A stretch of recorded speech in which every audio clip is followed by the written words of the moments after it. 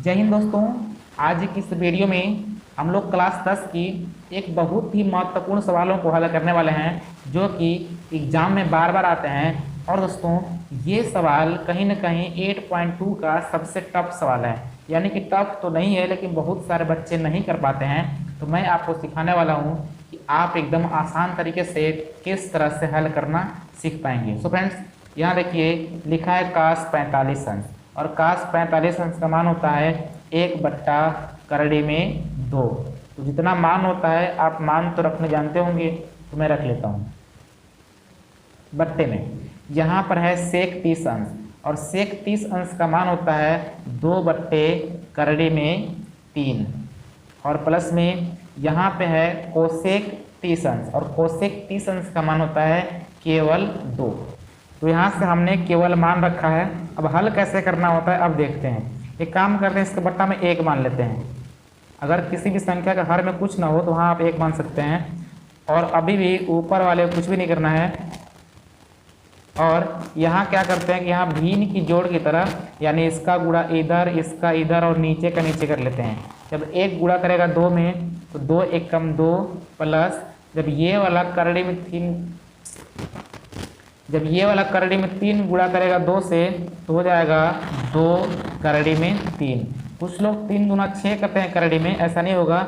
अगर ये वाला भी करड़ी के अंदर होता तो हो जाता, लेकिन ये वाला बाहर है तो बाहर ही रहेगा, और जो अंदर है वही अंदर रहेगा। बट्टा में नीचे गुणा नीचे होगा। जब करड़ी में 3 गुणा करेगा 1 से तो कुल मिलाकर करड़ी में 3 ही रहता है। अब कुछ लोग कहेंगे कि बाहर 1 काहे लिख रहे हैं, तो बाहर 1 छुपा होता है, इसलिए नहीं लिख रहा हूँ।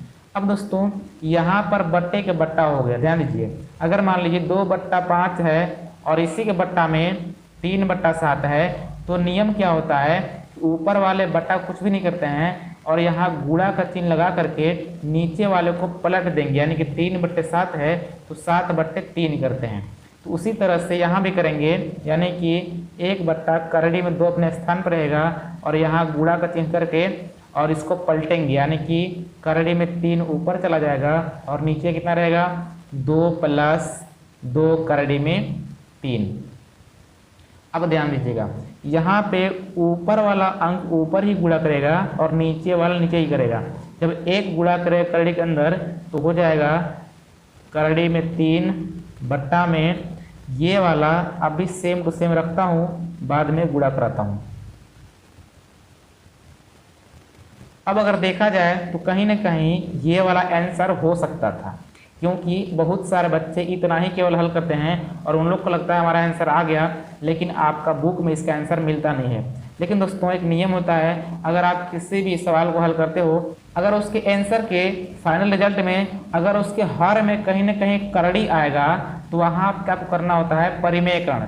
अब दोस्तों परिमेयकरण करते कैसे हैं, करने से पहले मैं यहाँ पे इसको थोड़ा सा और हल करना चाहता हूँ, यानी कि इस करड़ी में 2 का गुणा अंदर करा लेता हूँ। ध्यान दीजिएगा, तो करड़ी में 3 ऊपर रहेगा, जब ये वाला करड़ी में 2 गुणा करेगा 2 में तो हो जाएगा 2/करड़ी में 2, प्लस है तो प्लस रहेगा।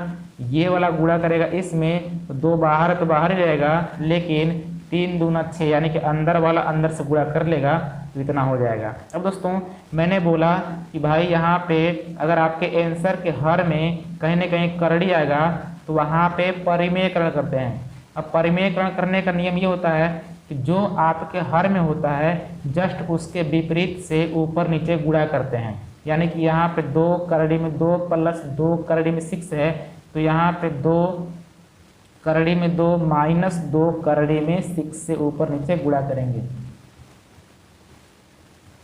मेरे कैमरा वाले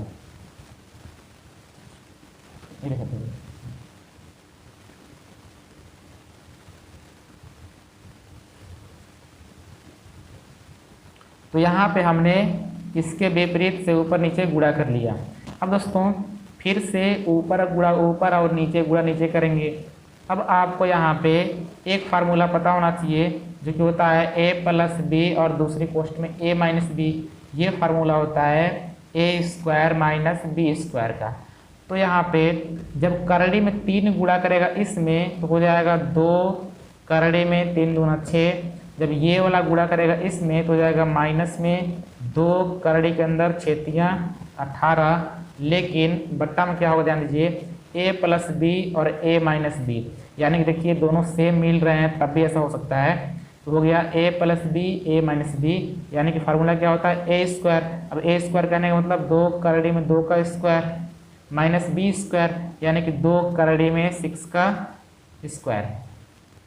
अब ध्यान दीजिएगा ये वाला ऊपर जितना है सेम टू सेम छोड़ता हूँ और यहाँ पे आप इस 2 करड़ी में 18 को भी हल कर सकते हैं। आपको पता है कि 18 जो होता है ना 9 दूनी 18 होता है और 9 का बाहर 3 निकल जाता है। कहने का मतलब कि 18 को आप लिख सकते हैं 9 दूनी 18 और इस 9 का बाहर 3 निकलता है। जब बाहर 3 निकलेगा तो 3 गुणा कर लेगा 2 से, तो 3 दूना 6 करड़ी में 2 हो जाएगा।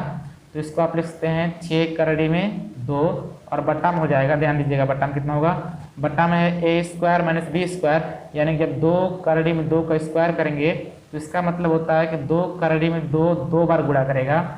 और इसका मतलब क्या होता है, जब 2 गुणा करेगा 2 में तो 4 हो जाएगा। और कोई भी संख्या करड़ी में होता है अगर वह अपने ही संख्या में 2 बार गुणा करता है तो उसका एक ठो बाहर निकल जाता है। तो कहने का मतलब कि 2 दूना 4 और इन दोनों मिलाकर एक ठो 2, यानी 4 दूनी 8 हो जाएगा। और इसका हो जाएगा 4 4 6 24। ध्यान दीजिए 2 करड़ी में 6 है गुणा 2 करड़ी में 6 है, 2 दूना 4 हो गया और 6 इसका निकल जाएगा, 4 6 24 हो जाएगी। इस तरह से ध्यान दीजिए। अब क्या होगा, ऊपर हो जाएगा 2 करड़ी में 6 और माइनस 6 करड़ी में 2, बट्टा में हो जाएगा माइनस 16। ऐसा क्यों भाई, आपको पता है एक प्लस एक माइनस होता है तो वहाँ घटाते हैं और चिन्ह उसका इतना जो बड़ा है तो माइनस का चिन्ह बड़ा है तो यहाँ लिखेंगे माइनस। अब क्या होगा ध्यान दीजिए, मैं चाहता हूँ कि इस माइनस को किस तरह से प्लस बना लूँ। अब प्लस बनाने के लिए एक काम करते हैं, ऊपर देखिए इन दोनों में कहीं ना कहीं 2 कॉमन है। जब 2 कॉमन है जो 2 निकालेंगे ना उसको निकालता हूँ -2। जब -2 निकालेंगे तो क्या होगा ना कि प्लस है तो इसको माइनस कर देगा, यानी कि माइनस बचेगा 6, यानी कि 2 बाहर निकल गया तो, और ये माइनस है तो प्लस हो जाएगा।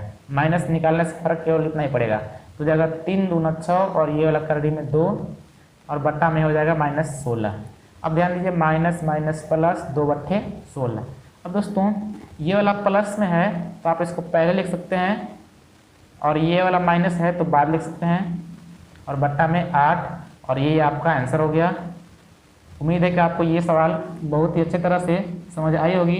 अगर समझ आई हो तो इस वीडियो को प्लीज़ लाइक करके चैनल को सब्सक्राइब कीजिए। मिलते हैं किसी और वीडियो में, तब तक नमस्कार, जय हिंद।